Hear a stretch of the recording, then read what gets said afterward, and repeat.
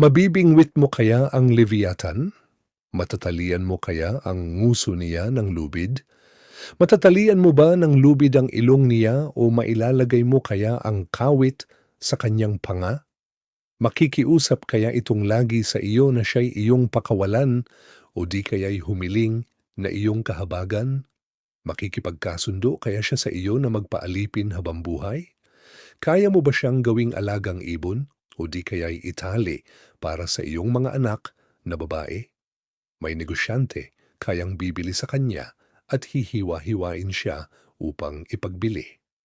Kaya mo bang punuin ng matutulis na sibat ang kanyang balat o di kaya'y bingwitin ang kanyang ulo ng pamingwit ng isda?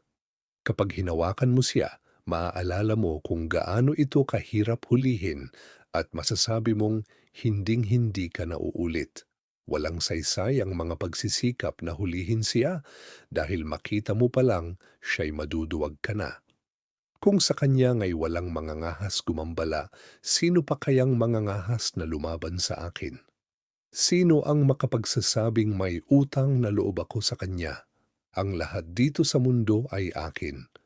Sasabihin ko pa sa iyo ang tungkol sa katawan ng Leviathan at kung gaano siya kalakas at kamakapangyarihan. Sinong makakatuklap ng kanyang balat o makakatusok nito? Sino ang makakapagpabuka ng kanyang bunganga? Ang mga ngipin niya'y nakakatakot. Ang likod niya'y may makakapal na kaliskis na parang kalasag na nakasalansan. Masinsin ang pagkakadikit-dikit ng mga ito na kahit hangin ay hindi makakalusot. Mahigpit ang pagkakadugtong nila sa isa't isa. Magkakadikit ang mga ito at hindi matutuklap. Kapag bumabahing siya, may lumalabas na parang kidlat at ang kanyang mga mata ay mapula na parang bukang liwayway. Apoy ang dumadaloy mula sa kanyang bibig at sumisiklab ang apoy na lumalabas at umuusok ang ilong na parang nagmumula sa kumukulong palayok na may nagliliyab na panggatong. Ang hininga niya ay makapagpapabaga ng uling dahil sa apoy na lumalabas sa kanyang bibig. Nasa leeg ang kanyang lakas at ang makakita sa kanya ay kinikilabutan. Kahit ang kanyang mga laman ay siksik at matitigas.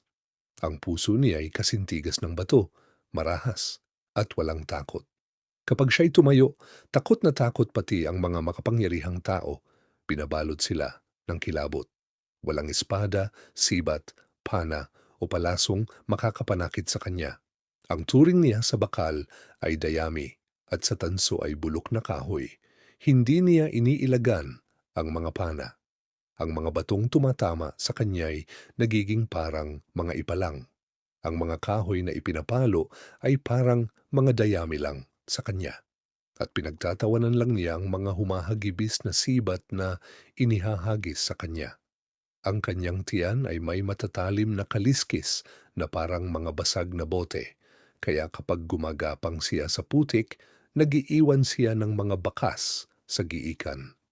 Kinakalawkaw niya ang dagat hanggang bumula na parang kumukulong tubig sa palayok o kumukulong langis sa kaldero. Ang tubig na kanyang dinadaanan ay bumubula, parang puting buhok kung tingnan. Wala siyang katulad dito sa mundo. Isa siyang nilalang na walang kinatatakutan. Minamaliit niya ang lahat ng mayayabang na hayop. Siya ang hari ng lahat ng mababangis na hayop sa gubat.